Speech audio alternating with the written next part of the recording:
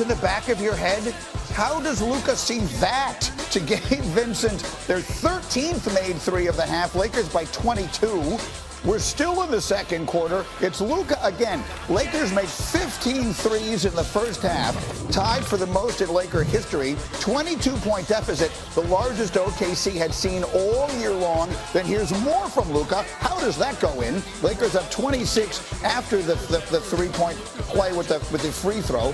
LeBron then turning defense into offense, throwing this one down. LeBron had 19. Luka had 30. Lakers. Statement Sunday, statement win, 126-99. So after the loss against the Warriors on Thursday night, they go out, they beat New Orleans, and now first of back-to-back games they will play against OKC, they deliver this statement. Jay, Will, and Windy are up with us early this morning. Windman, what are the right things to say about that performance from the Lakers yesterday? It was an absolute perfect day for the Lakers. Everything went as great as it possibly could, not just on the court, but elsewhere in the NBA. One of the things that has been happening for the Lakers, Luka has not had that step back working. The Thunder put their big men on him. He stepped back, started hitting threes over the top of them. It was a historically great three-point shooting day for the Lakers. That delivered that victory. They also did a great job holding Shai Gilgeous-Alexander. No free throws. This is a guy that has led the NBA in free throws this year and last year. They kept him off the line. Perfect. But then it was what happened elsewhere. Unexpected, the Rockets, who had a huge weekend, go into Golden State and win. The Pacers go into Denver and win. What that means is that the Lakers have a 2-game lead in the loss column between third and fourth, and they've got tiebreakers against everybody. They are now in brilliant position, about a 75% chance, according to BPI, to get the 3 seed. They need 2 more wins this week to lock it down. Getting the 3 seed is where you want to be in the West. The Lakers move, plus what else happened in the NBA today, paved the way for them to get that desired number 3 seed. And then if I could put up A57 to make the point here for Jay Will, Shannon Sharpe, as you might imagine, was excited to watch the Lakers win yesterday. Again, if you could throw that up there, he tweeted, Lou Dort, Airport, Seaport, Taylorport, Lakers in 5. Jay Will, what is the right reaction to that performance from the Lakers yesterday? I mean, look, Grinny, on Friday, I was on our show, and I said, if you're going to be somewhat marginal defensively, you have to be prolific offensively for Luka and the Lakers have a legitimate shot to win. That's what Luka was in this game against OKC. He had 22 points in the first half, and his team shot 63% from the field, 55% from the three-point line for the game. These are staggering numbers. They're going to smack any team when they play that way. But look, I highly doubt the Lakers are going to shoot 63% from the field in every playoff game. So let's wait until we get there to actually see the real battle. Yes, I would say if they shoot that percentage, they're going to have a very long playoff run. That said, it was an impressive performance. We're into the final week of the season. Windy showed you the log jam. Okay, we're just getting started here. Now you have the guys that you could put the ball in their hands. He can spread the floor. He can play the pick and roll and be effective and get it to the shooters.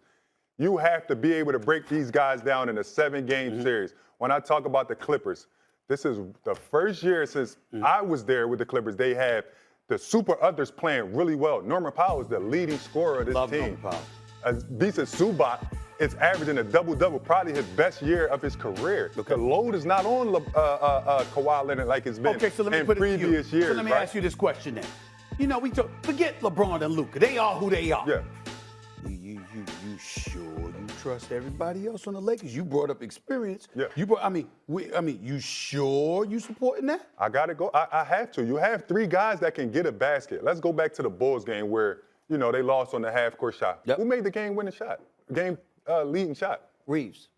That means that it doesn't matter who they put the ball in their hands. Each of these guys can get a basket at a high level. In the playoffs, you cannot double-team everyone. You're already going to double-team Luka Doncic. You're going to try to double-team LeBron there, here, and there. Who's the third guy that can stick this man right here? Well, what about the Lakers? What are they going to do to stop what OKC is throwing at you? 7-game series. It's a 7-game series. We can dissect it. Each game is different. Okay. Each game is different. We talk about Luka Doncic's defense. He didn't have defense last year. They got to the finals. Yeah. And what happened in the finals? When they went up against a better team. We talking about getting to the finals. They went up against a better team, a way more prepared team with Jason Tatum, Jaylen Brown, and a super deep team with a great coach.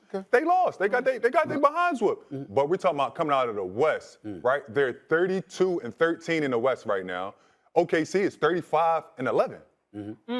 What does that tell you? That they're top of the West right now, right?